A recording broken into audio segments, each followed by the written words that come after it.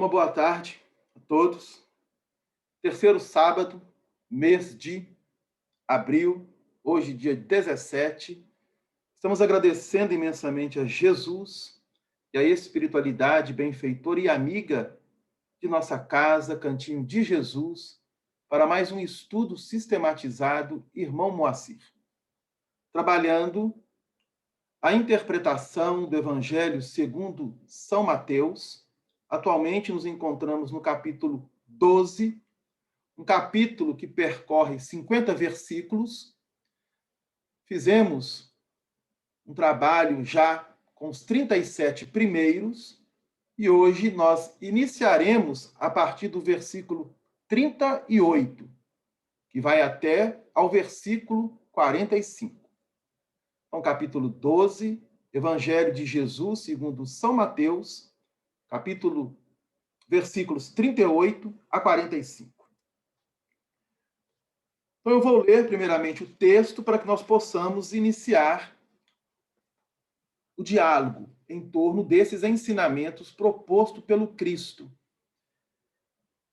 O sinal de Jonas é o subtítulo ou o título a que se dá a essa lição. Então, alguns dos escribas e fariseus replicaram, dizendo: Mestre, queremos ver um sinal da tua parte.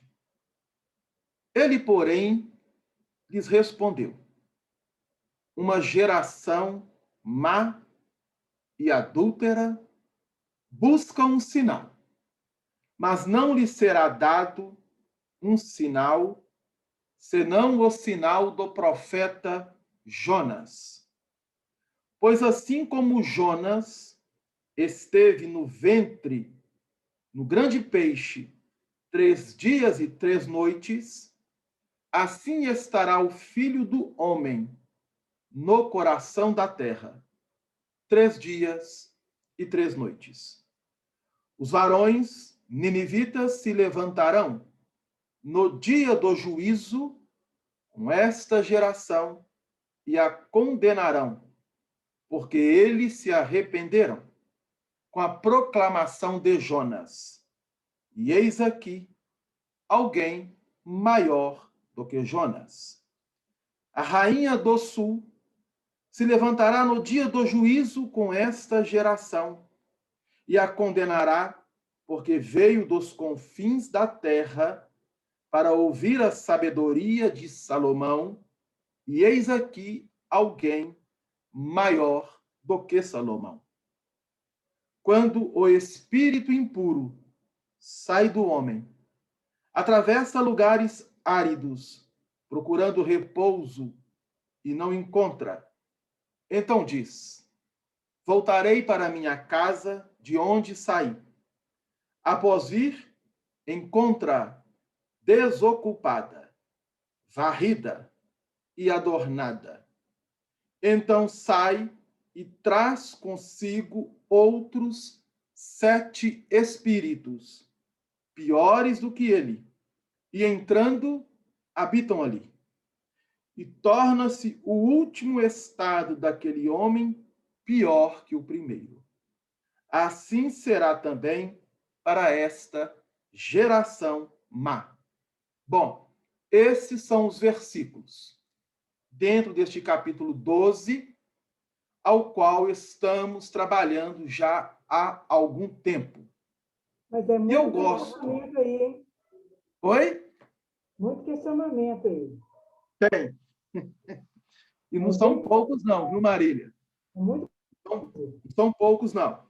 Por isso que nós precisamos ir com bastante calma, tranquilidade, porque o nosso objetivo é justamente assimilarmos o ensinamento do Cristo, os objetivos aos quais ele vai trabalhando através dos diálogos propostos pelos evangelistas, de cunho que fará com que cada um de nós necessitemos realizar um movimento interno, profundo, para justamente estarmos aptos a absorver todos esses ensinamentos. Para que isso aconteça, nós precisamos estarmos nos condicionando. E isso só é possível exercitando, através das leituras, através dos estudos e através das experiências pelas quais nós vamos vivenciando. E quando eu falo experiência, eu estou falando não somente na vida física, quanto também nos intervalos entre uma encarnação e outra, no plano espiritual. Bom, eu sempre gosto de fazer também o paralelo com outros evangelistas que trazem essa mesma narrativa. Aqui nós temos Mateus, capítulo 12, versículos 38 a 45. Mas, lá no capítulo 16 de Mateus, nós vamos encontrar Jesus de novo, reforçando essa colocação inicial ao qual ele responde aos escribas e fariseus. Então, Mateus, capítulo 16, versículos 1 e o versículo 4. Eu vou ler apenas o versículo 1 e depois o versículo 4, porque futuramente nós vamos estudar. Nós vamos voltar de novo essa lição lá no capítulo 16 e aprofundando dentro de uma parábola profética que ele faz, que são os versículos 2 e 3 do capítulo 16. Só que nós não vamos entrar agora nisso. Bom, o versículo 1 do capítulo 16 de Mateus diz assim: E aproximando-se os fariseus e saduceus. Primeiro ponto a ser considerado. Lá no capítulo 12, quem se aproxima? Escribas e fariseus. Os escribas, como nós sabemos, não eram doutores da lei, mas os fariseus eram. Aqui, no versículo 1 do capítulo 16, já temos, então, as duas grandes seitas, os fariseus e os saduceus, lembrando que tanto um quanto o outro eram doutores da lei. E continua o evangelista. Ao aproximar, testando, pediram-lhe que lhes mostrasse um sinal do céu. Então, qual foi o objetivo da aproximação de escribas, fariseus e saduceus? Fazer com que Jesus pudesse apresentar um sinal vindo do céu. Porque nós estamos trabalhando que eles tinham grandes dúvidas em relação se ele, Jesus, era ou não era o Messias. Aquele que vinha sendo esperado pelo povo de Israel já há bastantes séculos. E que a multidão, como nós observamos lá nos versículos iniciais deste capítulo 12, começou a elaborar no campo mental que ali estava o filho de Davi. Então, nós vamos lembrar a todos que nas Escrituras Sagradas, o Messias, ele teria que vir pela genealogia de Davi. Para que nós possamos entender. Então, eles pedem esse sinal no céu. E Jesus, lá no versículo 4 do capítulo 16 de Mateus, diz: uma geração má e adúltera busca um sinal, mas não lhe será dado um sinal, senão o sinal do profeta Jonas. E deixando-os, partiu. Vejam bem que coisa interessante. Jesus está informando-nos que o sinal que a humanidade teria seria o do profeta Jonas. Bom, mas vamos caminhar. O evangelista Marcos, lá no capítulo 8, versículos 11 ao versículo 13, também vai trazer essa lição. Então, nós gostamos de sempre trazer os três evangelistas, no caso, Mateus, Marcos e Lucas, para essa mesma passagem, para podermos observar as características de cada evangelista. Diz assim Marcos: os fariseus saíram e começaram a debater, isto é, a dialogar com ele. Quem? Jesus. Testando, procurando da parte dele um sinal do céu. Então vejam bem que coisa interessante. Mateus, no capítulo 12, a partir do versículo 38, coloca que aproximou escribas e fariseus. Lá no capítulo 16, ele diz fariseus e saduceus. Aqui em Marcos, nós estamos observando apenas os fariseus. E o objetivo é o mesmo: tentar fazer com que Jesus realizasse um sinal a fim de que ele demonstrasse realmente que era o Messias. O versículo 12 de Marcos diz assim, do capítulo 8: suspirando profundamente em seu espírito, diz: porque esta geração busca um sinal. Então vejam bem, Jesus faz uma colocação, uma pergunta. Por que esta geração busca um sinal? Em verdade vos digo, nenhum sinal será dado a esta geração, deixando-os, após embarcar novamente, partiu para o outro lado. Capítulo 8, versículos 11 a 13 de Marcos. Bom, lá no Evangelho de Lucas, a partir do capítulo 11, nós temos os versículos 24 a 26 e os versículos 29 a 32. Faremos também a leitura. Vamos lá? Só que eu vou fazer de forma contrária. Eu vou ler primeiro o versículo 29 a 32 e depois os versículos 24 a 26. Diz assim o evangelista Lucas: estando aglomeradas as turbas. Olha que dado interessante. Aqui nós já não encontramos nem os fariseus, e nem os saduceus, e nem os escribas. Lucas está registrando que estava aglomerando próximo a Jesus as turbas. Quem? As multidões. E continua o evangelista. Começou a dizer: esta geração é uma geração má. Busca um sinal, mas não será dado a ela um sinal, senão o sinal de Jonas. Então, olha que particularidade interessante. Então, Jesus não é questionado e nem tentado.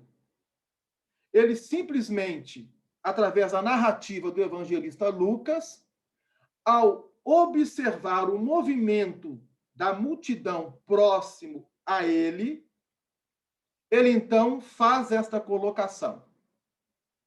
Esta geração é uma geração má. Busca um sinal, mas não será dado a ela um sinal, senão o sinal de Jonas. Pois assim como Jonas tornou-se um sinal para os ninivitas, assim também será o Filho do Homem para esta geração. A rainha do sul se levantará no dia do juízo com os varões desta geração e os condenará, porque veio dos confins da terra para ouvir a sabedoria de Salomão. E eis aqui alguém maior do que Salomão. Os varões ninivitas se levantarão no dia do juízo com esta geração e a condenarão, porque eles se arrependeram com a proclamação de Jonas. E eis aqui alguém maior do que Jonas. Esses são os versículos 29 a 32 do capítulo 11 de Lucas. E por que eu os li primeiro? Porque lá no versículo 24 a 26, que é anterior a esses versículos, Lucas vai dizer aquilo que Mateus relata a partir dos versículos 43 a 45. Então, há uma troca de ordem. Diz Lucas: quando o espírito imundo sai do homem, atravessa lugares áridos, procurando repouso, não encontrando, diz: voltarei para a minha casa de onde saí. Após vir, encontra varrida e adornada. Então sai e traz consigo outros 7 espíritos, piores do que ele, e entrando, habitam ali. E torna-se o último estado daquele homem pior que o primeiro. Então vejam bem que o evangelista Lucas, ele muda a ordem. Mateus, ele coloca primeiro a fala de Jesus em relação ao Jonas, o profeta, e a rainha do sul, e sobre a geração ser má e adúltera, e depois fala sobre essa questão do espírito imundo. Já em Lucas, ele primeiramente coloca o espírito imundo saindo do homem, e quando retorna com mais 7 espíritos, e a condição daquele homem se torna pior do que antes, para depois, então, trabalhar essa questão da geração má e adúltera, do profeta Jonas e da rainha do sul. Bom, esses 3 evangelistas trazem, então, esta narrativa de Jesus, ao qual eles tiveram a oportunidade de registrar e trazer para nós, ao qual hoje encontramos aqui, tendo essa misericórdia divina de ler o texto. Pois bem, o primeiro ponto que nós precisamos compreender quando vamos ler qualquer texto, principalmente dos 4 evangelhos, Mateus, Marcos, Lucas e João, nós estamos lendo aquilo que hoje é muito comum, mediante as grandes personalidades que passaram em nossa humanidade, a sua biografia. Tudo o que a humanidade, do ponto de vista humano, terrestre, vejam bem, tudo o que nós, como humanidade, sabemos a respeito de Jesus, do ponto de vista humano, terrestre, se liga aos livros contidos no Novo Testamento, especialmente os 4 primeiros, que são os 4 evangelhos. Ali está descrita a biografia de Jesus. Bom, isso do ponto de vista humano, porque hoje, após a chegada do Consolador prometido à Terra, a partir do ano de 1857, com a publicação do Livro dos Espíritos, abre-se uma nova era para a humanidade, e o intercâmbio entre plano espiritual e plano físico, que sempre houve, agora é realizado de forma clara, objetiva, onde não haverá nenhum tipo de contestação. E através da doutrina dos espíritos, nós temos a oportunidade de estudar, de compreender e de analisar não somente os textos do Novo Testamento, mas principalmente também do Velho Testamento, de uma forma mais, vamos dizer assim, profunda, lógica e racional. Porque a contribuição que a doutrina espírita nos traz é um tesouro inapreciável.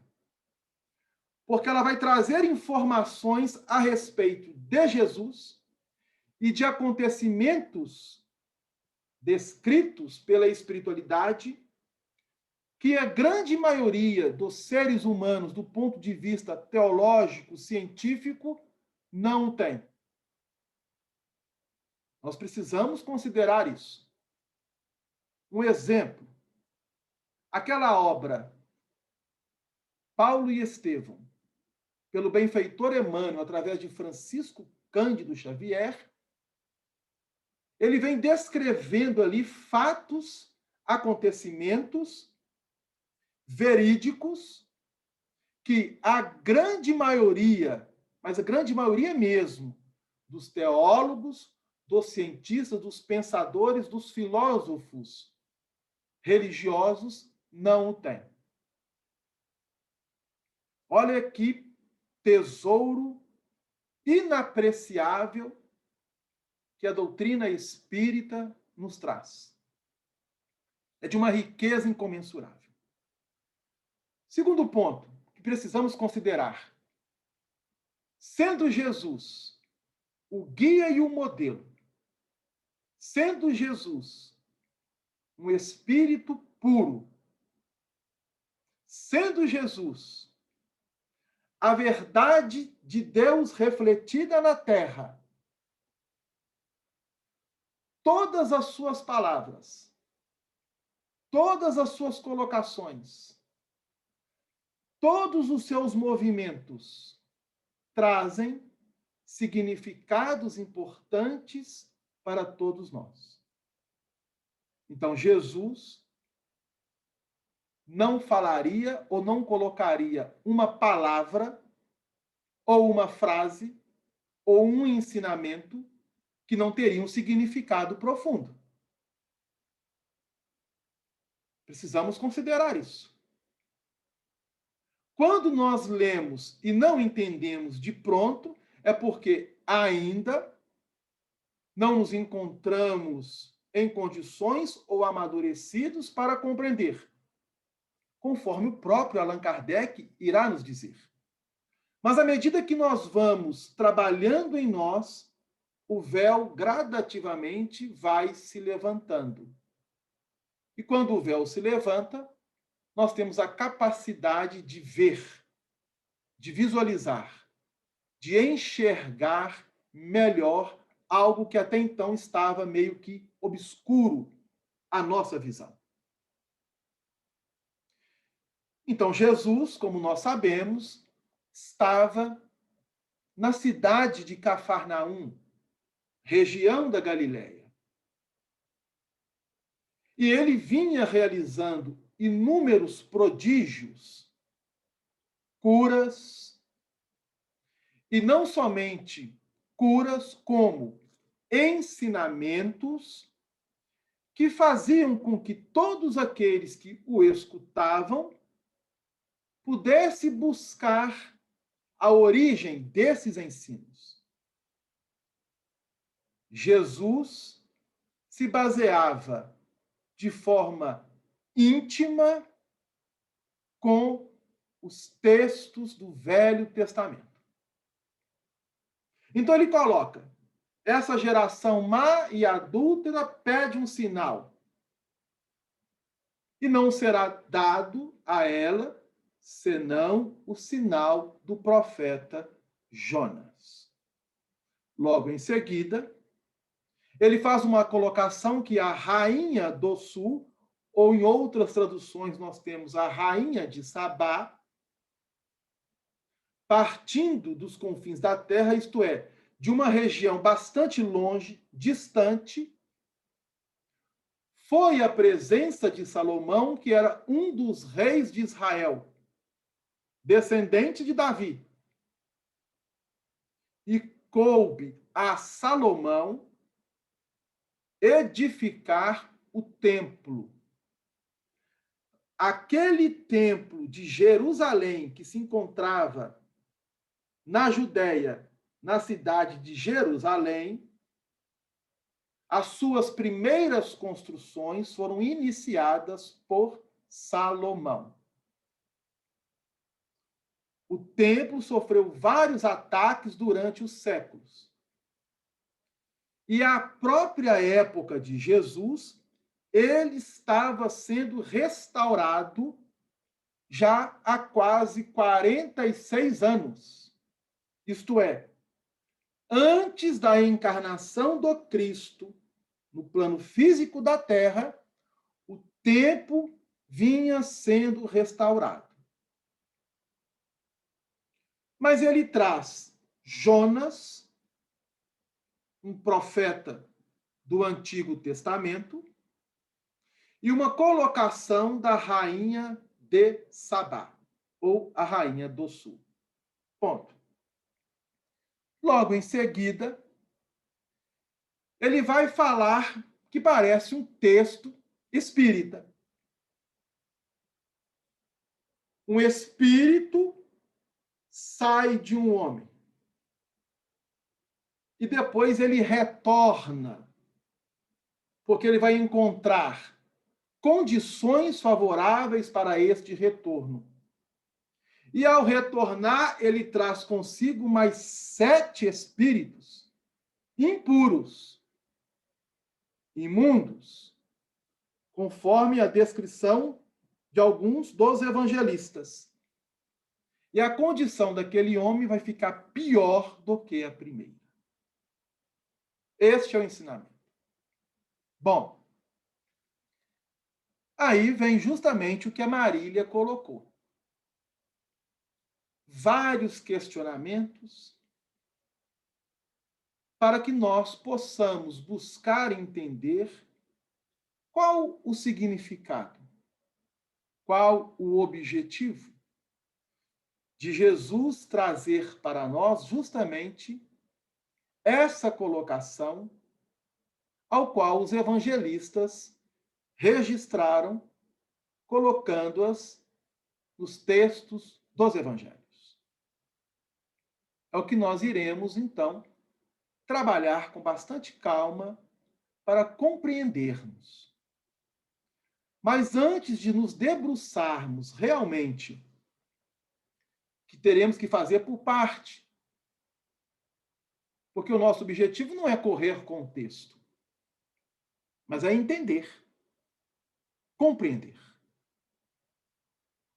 Nós vamos servir de uma lição de Emmanuel, este benfeitor, através de Francisco Cândido Xavier, que ele traz no livro Vinha de Luz, que é uma das coleções ao qual ele faz interpretações dos textos do Evangelho. E ele vai extrair do capítulo 8, versículo 11 de Marcos, justamente essa colocação. Os fariseus saíram e começaram a debater com ele, isto é, dialogar. Debater é dialogar. A respeito de algum tema. Nós não sabemos. E através daquele diálogo, eles pedem então a Jesus um sinal, a fim de fazer um teste para saber se ali estava realmente o Messias. Os fariseus saíram e começaram a debater com ele, testando, procurando da parte dele um sinal do céu. É o versículo 11 do capítulo 8. Emmanuel, no livro Vinha de Luz, no capítulo 145, traz o título Demonstrações. Olha, quando alguém te pede para você fazer algo, um sinal, um prodígio, uma cura. Você não vai fazer uma demonstração se você é capaz ou não de fazer, de realizar? Emmanuel traz esse título, Demonstrações. Capítulo 145, livro Vinha de Luz. Olha o que ele diz. No Espiritismo cristão, vejam bem, ele está pegando uma fala de Jesus e trazendo para nós espíritas. No Espiritismo cristão, de quando em quando, aparecem aprendizes do Evangelho sumamente interessados em atender a certas requisições no capítulo da fenomenologia psíquica. Ele está falando de mediunidade. Quantas pessoas vão às casas espíritas buscando o fenômeno? Nós sabemos disso. E aí ele continua. Exigem sinais do céu, tangíveis, incontestáveis. Quantas pessoas, ao perderem os seus entes queridos, vão à busca de uma carta psicografada por ele? Isso não é buscar um sinal? Ter a demonstração visivelmente ali, diante dos seus olhos, através de uma carta, que aquele ente amado continua do outro lado? Na maioria das vezes, continua Emmanuel, porém, a movimentação não passa de simples repetição do gesto dos fariseus antigos. Médiuns e companheiros outros, em grande número, não se precatam de que os pedidos de demonstrações celestes são formulados quase que invariavelmente em obediência a propósitos inferiores. Era justamente o que os fariseus estavam buscando. Querendo que Jesus realizasse um sinal, mas com um propósito inferior, a fim de que ele pudesse se contradizer e colocar a multidão contra ele. Este era o objetivo dos fariseus, dos escribas, dos saduceus. E Emmanuel está trazendo para a atualidade que muitos de nós hoje, ao buscarmos estas demonstrações, estes sinais, fazemos com uma intenção de nível inferior. Um propósito de interesse pessoal. Bom, ele continua. Há ilações lógicas no assunto que importa não desprezarmos. Então, vejam bem. Então, ele está dizendo que os diálogos existentes em todo o texto bíblico trazem para nós ilações lógicas que precisamos estar atentos para percebermos. Olha o que ele diz. Se um espírito permanece encarnado na Terra, como poderá fornecer sinais de Júpiter? Então, é uma pergunta que ele faz. Como que um espírito que está encarnado na Terra, e nós sabemos hoje, pela doutrina espírita, que o nosso planeta é de provas e expiações, um planeta que, dentre as categorias do mundo, é uma categoria ainda inferior a muitos mundos que estão acima, do qual Júpiter é um deles. Como que nós vamos trazer informações de Júpiter? De algo que é superior para a Terra. Se nós estamos na condição de espíritos ainda imperfeitos, E por que que somos espíritos imperfeitos? Estamos encarnados na Terra. O planeta não é de provas e expiações? O que caracteriza provas e expiações? O que caracteriza os espíritos que habitam o planeta de provas e expiações? Allan Kardec, em comunhão com a espiritualidade, nos dá a resposta naquela famosa escala espírita. Se nós fazermos uma análise nossa em relação em qual degrau ou qual ordem nós nos encontramos naquela escala, nós teremos a resposta, se formos sinceros. Na primeira ordem, sem chance, porque são os espíritos puros. Na segunda ordem, são os bons espíritos. E lá existem as classes. Mas já na terceira ordem, que são as classes mais numerosas, estão os espíritos imperfeitos. Agora vejam bem uma colocação de Jesus. Geração má e adúltera. Se nós estivéssemos na segunda ordem, fôssemos bons espíritos, será que Jesus faria essa colocação? Bom, estamos fazendo uma colocação para iniciarmos um processo de pensar. Se Jesus fez aquela colocação, não foi uma colocação jogada ao vento. É porque por detrás dela tem um objetivo, um fundamento, uma base. Continua Emmanuel, então, agora. Se as solicitações dessa natureza, endereçadas ao próprio Cristo, foram situadas no âmbito das tentações, com que argumento poderão impô-las os discípulos novos aos seus amigos do invisível? Então, Emmanuel está nos revelando que todas as vezes que alguém chegava próximo a Jesus buscando um prodígio, uma cura, um sinal, para realmente testar se ali estava o filho de Davi, e se essa pessoa trazia uma segunda intenção, conforme nós costumamos falar na atualidade, é porque ela estava debaixo de uma tentação. Aí entra um outro quesito. Bom,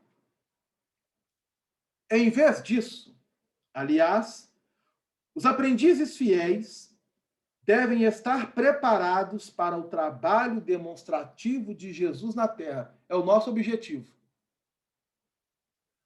Ao nos aproximarmos de Jesus e sermos tocados por Ele, a fim de que possamos começar em nós um processo de transformação, de renovação do ponto de vista moral e espiritual, começamos a nos tornar aprendizes para avançar para discípulos.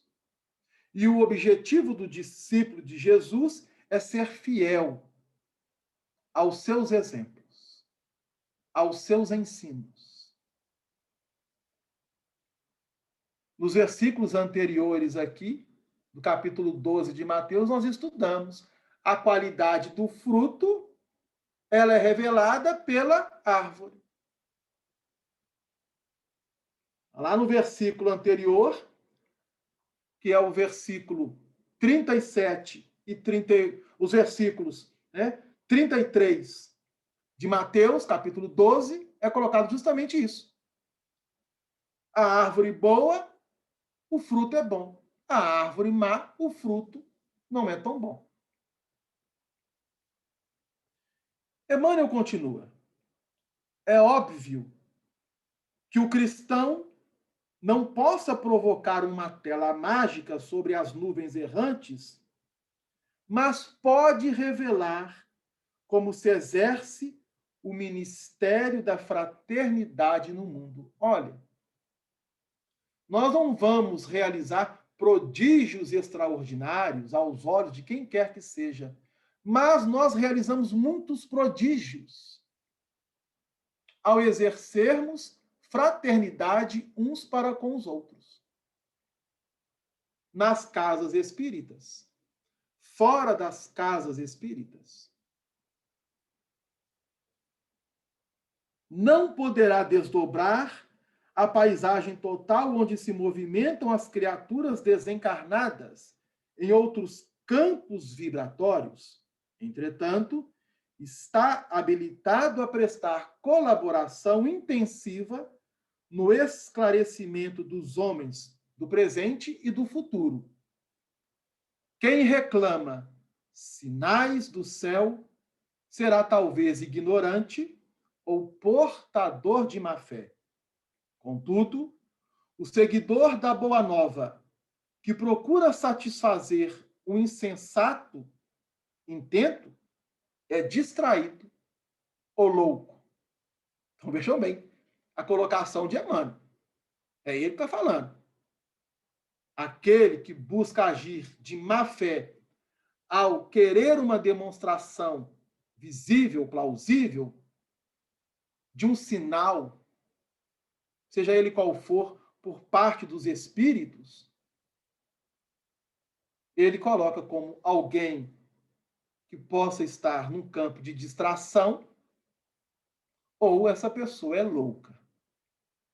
Agora, essa louca aqui entre aspas, tá, gente? Essa louca entre aspas.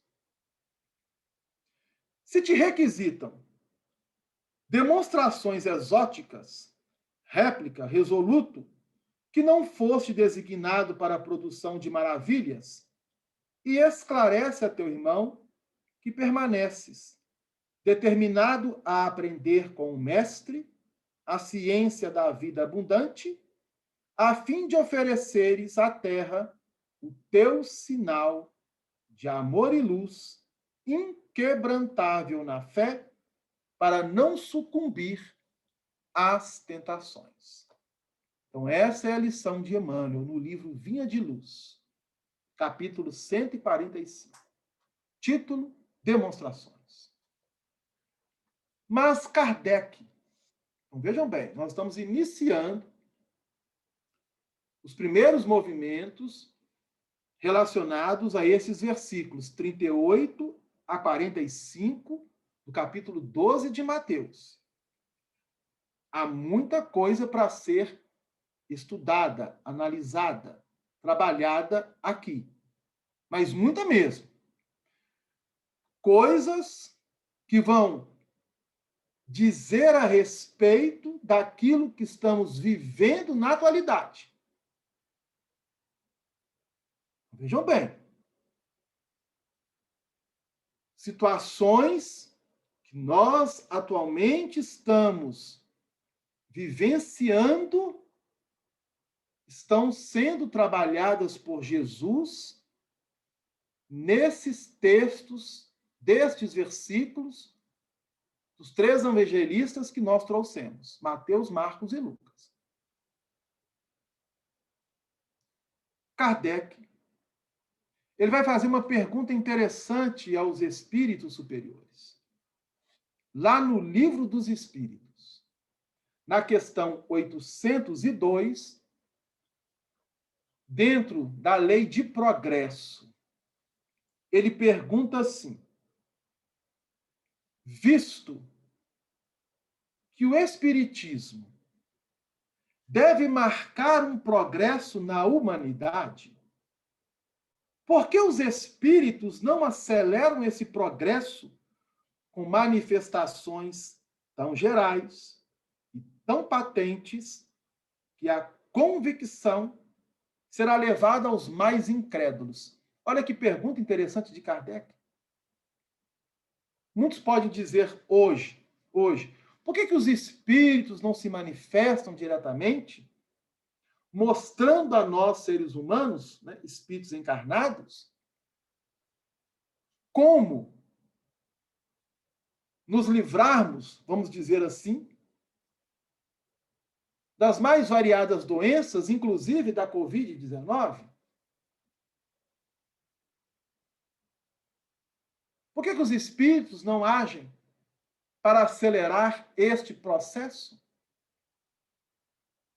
É mais ou menos essa pergunta que Kardec está direcionando à espiritualidade. Porque à sua época havia uma incredulidade muito grande por parte de vários seres humanos, filósofos, cientistas, até mesmo religiosos, com referência aos fundamentos que a doutrina espírita apresenta. Dentre eles, a possibilidade de que uma alma, ao deixar o corpo, pode se comunicar do plano espiritual para o plano físico. Ainda hoje, na atualidade, nós sabemos que há irmãos nossos que não aceitam, que contestam. Dizem que isto não é possível, que não é uma realidade. Nós sabemos disso perfeitamente. Agora, imagine a época de Kardec. O Livro dos Espíritos está completando amanhã, domingo 18 de abril, 164 anos. Há 164 anos atrás, qual era a mentalidade da humanidade, de forma geral, com relação ao que nós hoje já somos detentores de inúmeras informações acerca da sobrevivência da alma fora do corpo físico. E quando eu falo isso, eu não estou falando somente para nós espíritas, diretamente. Eu estou falando para muitos corações que têm sido chamados a um despertamento através das artes, tais como música, teatro, cinema e tantas outras. Quantos filmes, quantas peças teatrais, quantas músicas nós hoje temos na nossa humanidade, fazendo referência à sobrevivência da alma, à continuidade da vida e à possibilidade de comunicação entre elas pelos planos material e espiritual. Bom, Kardec faz essa pergunta. E aí os espíritos superiores vão responder a ele. É a questão 802 do Livro dos Espíritos. Quereríeis milagres? Os prodígios, os sinais realizados por Jesus com o passar dos séculos não foram catalogados como milagres? Então, os espíritos superiores estão colocando essa mesma palavra, milagre, para nós, que catalogamos as curas, principalmente realizadas por Jesus, como um milagre. O que venha a ser milagre? Aquilo que é um mistério, que só Deus sabe o porquê. Por exemplo, alguém está numa fase terminal de uma doença. Os médicos já entregou. E os familiares ficam, obviamente, abatidos.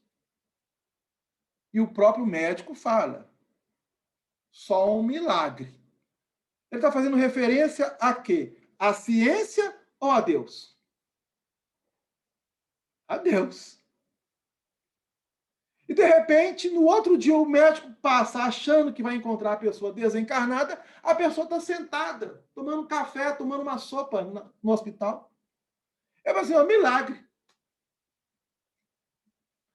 Vocês querem verem o exemplo? Nosso Lar. Obra de André Luiz, psicografada por Francisco Cândido Xavier. Quando André Luiz deixa nosso lar em companhia de Clarencio e de outras pessoas, e teve a oportunidade de virar crosta e visitar a família pela primeira vez. E ao chegar no seu lar, ele vai reencontrar a sua esposa, que havia ficado viúva, se consorciou de novo, ele tem um choque, e o marido atual da ex-esposa dele, que continuou a existência no plano físico, estava com tuberculose em fase terminal. E o médico disse à esposa assim: olha, as chances são mínimas. E ela vira para o médico e diz: não suportarei uma segunda viuvez. Está lá na obra. E, de repente, ele vai embora. E nós sabemos, para quem leu o livro, o que foi realizado por André Luiz, por parte da espiritualidade. E no outro dia, estava lá ele, assentado na cama, respirando melhor e já tendo condições de se alimentar. Milagre? Para o médico foi. Para a família de André Luiz, aquela oportunidade fora. Mas para nós, sabemos que não. Porque milagre não existe. Mas os espíritos estão respondendo a Kardec: quereríeis milagre? O que significa isso? Algo que não existe. Vocês querem que... Você está desejando que nós demonstremos aos seres humanos de forma patente e visível para acelerar o progresso da humanidade? Quereríeis milagres? Milagre não existe. Vírgula. Mas, vejam bem a resposta. Mas Deus os espalha a mancheias sob os vossos passos. E nós observamos isso. A cada dia temos sido testemunhas de inúmeros, vamos colocar entre aspas, milagres que têm acontecido na nossa humanidade. É Deus manifestando por intermédio dos próprios seres humanos, mostrando-nos que somos capacitados para equacionarmos os nossos próprios problemas. Temos o auxílio muito grande por parte da espiritualidade. Mas quem necessita resolver o problema, que é uma consequência que se chega, e essa consequência ela teve uma origem, teve uma causa, é justamente aquele que provocou essa causa. É o que os espíritos estão respondendo a Kardec. Mas eles continuam. E tendes ainda homens que o renegam. Então vejam bem. Ainda há, por parte de nossa humanidade, seres humanos que são completamente pessimistas, que negam e renegam a realidade de tudo. O próprio Cristo convenceu seus companheiros pelos prodígios que realizou? É uma pergunta da espiritualidade. Não vedes hoje homens negarem os fatos mais patentes que se passam sob seus olhos? Não tendes os que dizem que não acreditariam, mesmo que vissem? Não. Não é por prodígios que Deus quer reconduzir os homens em sua bondade, quer deixar-lhes o mérito de se convencerem pela razão. Essa foi a resposta dos espíritos superiores a essa questão 802 do Livro dos Espíritos. Sabe o que é que eles estão respondendo a Kardec?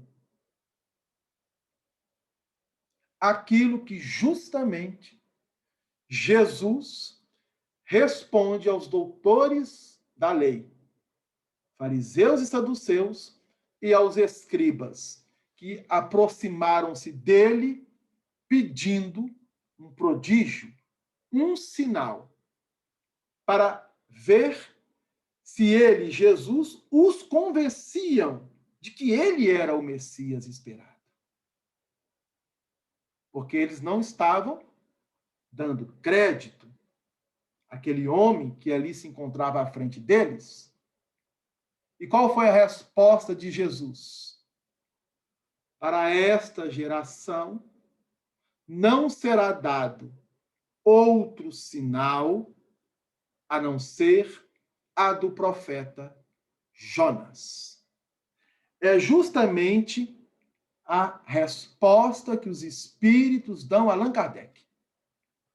Deus quer que nós busquemos as convicções pelo mérito da nossa própria razão.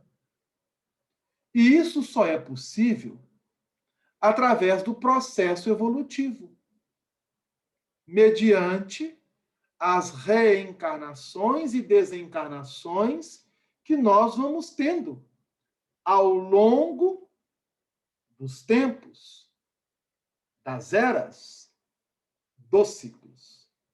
Ponto. Então, essas considerações são importantes nós levarmos em conta. Alguém conhece a história de Jonas? Sempre ouvimos falar. Não, né? Sempre temos ouvido falar de Jonas, o profeta Jonas, que é aquele que as pessoas comentam, ou que os teólogos comentam, ou que os intérpretes, exegetas do texto bíblico vão comentar, que for engolido por um peixe grande, por uma baleia, por um monstro marinho, e depois esse monstro marinho, essa baleia, esse peixe grande, o cuspiu na areia, ou na orla da areia do mar. Mas que história é essa? Jonas realmente existiu ou não existiu? Então vejam bem, quando nós vamos estudar o Velho Testamento, é preciso levarmos em conta algo muito importante que a doutrina dos espíritos hoje nos informa. Nós temos na nossa humanidade 3 revelações por excelência. A primeira revelação, a segunda revelação e a terceira revelação.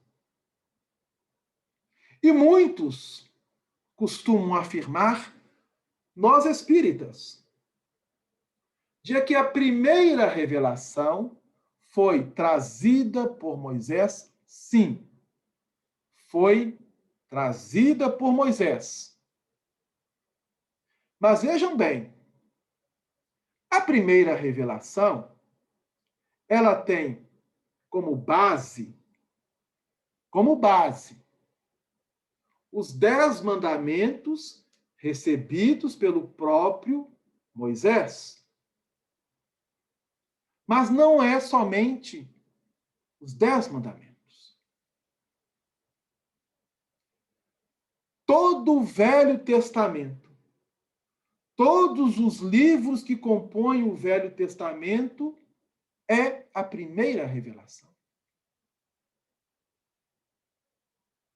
Assim como a segunda revelação foi trazida por Jesus, e nós temos todo o Novo Testamento, todos os livros que compõem o Novo Testamento, expressando a segunda revelação. Agora vejam bem coisa interessante. A terceira revelação, que é o Espiritismo, o Consolador Prometido, ele tem uma base, tal como a primeira tem, os 10 mandamentos. E qual é a base da doutrina espírita? As 5 obras codificadas por Allan Kardec, o chamado Pentateuco Kardeciano.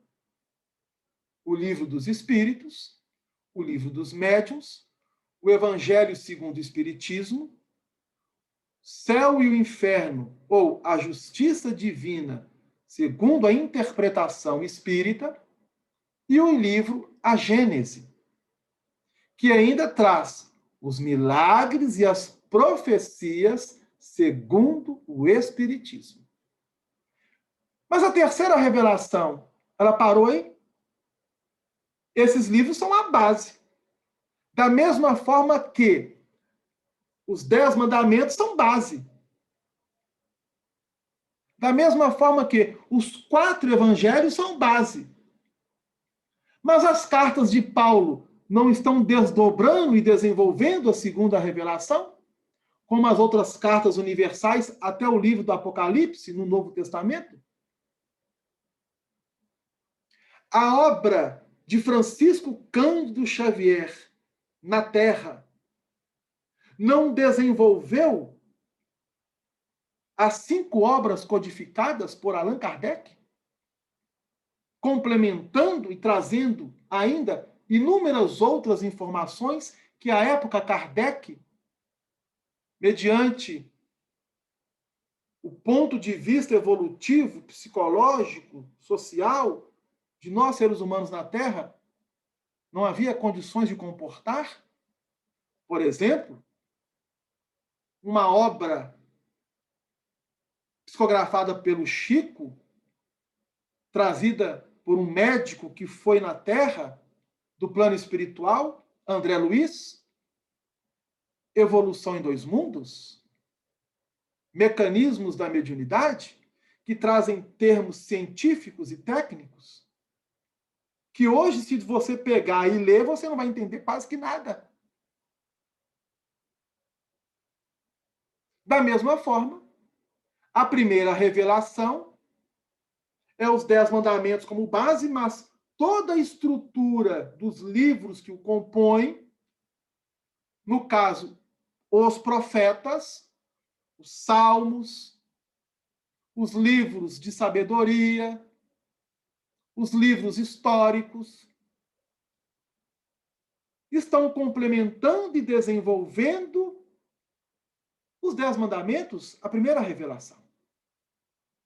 Então, quando Jesus nos ensina que não será dado a nós, humanidade, que é má e perversa, adúltera, outro sinal, senão aquele do profeta Jonas, Jesus está nos remetendo a um livro da primeira revelação.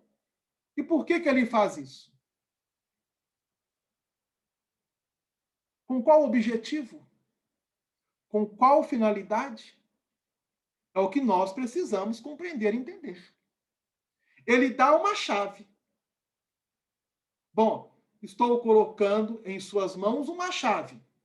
Agora, vocês precisam com ela abrir a porta. E ao abrir a porta, entrar. É isso que ele nos oferece. Então, Jonas é o sinal que a humanidade vem tendo ao longo dos séculos e ainda hoje, a fim de deixarmos de sermos perversos, adúlteros e malignos para adentrarmos para a regeneração. Vejam bem, Jesus, ele está abrindo para nós uma informação que vinha do Velho Testamento, um livro de um dos profetas, que é base desenvolvendo a primeira revelação, para que nós pudéssemos, então, avançar. Você queria fazer uma colocação, Neide? Sim. Desde o início, quando você falou que o homem, bom, não sei se você falou o homem ou o espírito, encontrou a casa limpa e adornada, quer dizer, enfeitada. E ele veio trazendo com ele 5 ou 6 ou 7 espíritos maus. Está dentro disso aí que você acabou de falar? Claro, tá porque Jesus está desenvolvendo justamente isso. Nós vamos estudar isso. Ah, sim. Você vê, Cacau? Nós estamos iniciando. Isso aqui na cabeça, querendo ver. Você não, ótimo. Não falava. Nós estamos iniciando esses versículos 38 a 45, porque eles trazem para nós inúmeras informações importantíssimas, principalmente para hoje, na nossa atualidade. Agora, vejam bem que coisa interessante. O livro do profeta Jonas, ele possui apenas 4 capítulos. É um livro que você lê em menos de 10 minutos. Em 10 minutos, no máximo, você lê o livro do profeta Jonas. E a grande pergunta é, será que alguém já leu o livro do profeta Jonas? Para conhecer de fato a história? Eu já, mas não adiantou. Leu, mas não adiantou. Não entendeu? Como é que ele pode ficar dentro da baleia só se ele fosse o pai do Pinóquio? O Pinóquio ficou dentro da baleia. Pois é. Então, esse vai ser o nosso objetivo, entender e compreender. Você queria falar, Denise? Quero falar assim, quando você falou de milagre, eu não queria nem te interromper. Não sei se vocês estão sabendo disso. Eu estava participando do curso de meditação lá em São Paulo, online, na quinta-feira. Aí o médico falou que queria dar um depoimento do que ele viveu nesse momento de Covid. Aí ele contou que tinha uma mulher que ia ser entubada. Ele que estava fazendo tratamento dessa mulher, de vários outros doentes. Aí a mulher pediu, né, que antes de ser entubada, que ela queria fazer uma oração. Aí se eles poderiam permitir ela fazer oração de ser entubada. Falou, olha, o caso seu é urgente, mas, né, a oração a gente vai sair, então, uns minutos, vão esperar você fazer oração. Assim que você fazer oração, a gente vai entubar. Aí ela pegou aquela oração de Nossa Senhora Desatadora de Nós e fez a oração. Fez a oração lá e ficou esperando um tempo, né? Ficou lá, ele outro médico. Aí, na hora que ele saiu lá da sala deles para já o processo de intubação, aí que viu que os exames dela tinha totalmente modificado, não, sabe? Tipo, não pode, isso é milagre. E que ele ficou e ficava assim, sabe? Espalhou com o hospital, falou assim, gente, não pode uma coisa dessa, mulher de situação que ela estava. Aí mandou um áudio. Ficaram incrédulos, não é possível. Chegou aqui numa condição e, de repente, mostrando depois da oração, né? Justamente este auxílio efetivo que nós temos por parte da espiritualidade. Então, Jonas, nós vamos estudar ele, viu, Marília, com bastante calma. Por quê? O livro de Jonas contém 4 capítulos. Ele foi escrito mais ou menos, tá? Entre o século IV para o século III. Isto é, por volta do ano 400 ao ano 300 antes de Cristo. Então, não temos uma data específica. O que se sabe é que este livro apareceu em meados do 4º para o 3º século. E foi um dos livros incluídos na Bíblia hebraica. Ok? Agora, vejam bem, quando fala livro do profeta Jonas, pensa-se que fora ele, Jonas, que escrevera a história. Não é? Só que não foi. quem escreveu a história de Jonas não foi ele. Sabem por quê? Porque Jonas viveu mais ou menos 900 a 800 anos antes de Cristo. Isto é, 400 anos antes do livro dele ser lançado. Antes da história dele ser relatada. Então, nós temos, de início, essa diferença. O livro surgiu do 4º século para o 3º século antes de Cristo. Mas Jonas, o profeta, viveu mais ou menos de 900 a 800 anos antes de Cristo. Ele fora contemporâneo, veja bem, do profeta Elias, que havia sido arrebatado. Depois veio o profeta Eliseu, que também desencarnou, e aparece o profeta Jonas. Então, ele viveu mais ou menos aquela época do profeta Elias, que faz a transição para o profeta Eliseu, e surge o profeta Jonas. Então, nós vamos estudar com calma. E Jonas, na etimologia da palavra Jonas para o hebraico, isto é, quando você vai fazer as traduções, chegou-se o nome de Jonas. Lá no hebraico, essa palavra Jonas tem um significado. Sabe de quê? De pomba. Agora, se você pegar o simbolismo da pomba, na antiguidade, era comum utilizá-la para levar mensagens. Principalmente quando antigas civilizações estavam em guerras, eles queriam trocar mensagens, essas mensagens precisavam chegar rápida, eles adestravam as pombas para levarem essas mensagens. Hoje, tem-se o simbolismo de pomba como mensageiro. Olha que coisa interessante. Então, essa é a etimologia do nome de Jonas, lá no hebraico. Ok? Pomba, que significa o mensageiro. No caso, o profeta Jonas. E qual é a mensagem que Jonas irá oferecer à humanidade? E que Jesus coloca que será o sinal para todos nós. É o que nós vamos desenvolver depois, nos estudos posteriores, trazendo também informações a respeito da rainha de Sabá, ou rainha do sul, conforme é colocado, conforme as traduções bíblicas, para depois, então, Neide, complementar com essa fala de Jesus a respeito do espírito impuro que sai do homem, quando volta trazendo 7. Uhum. Ok?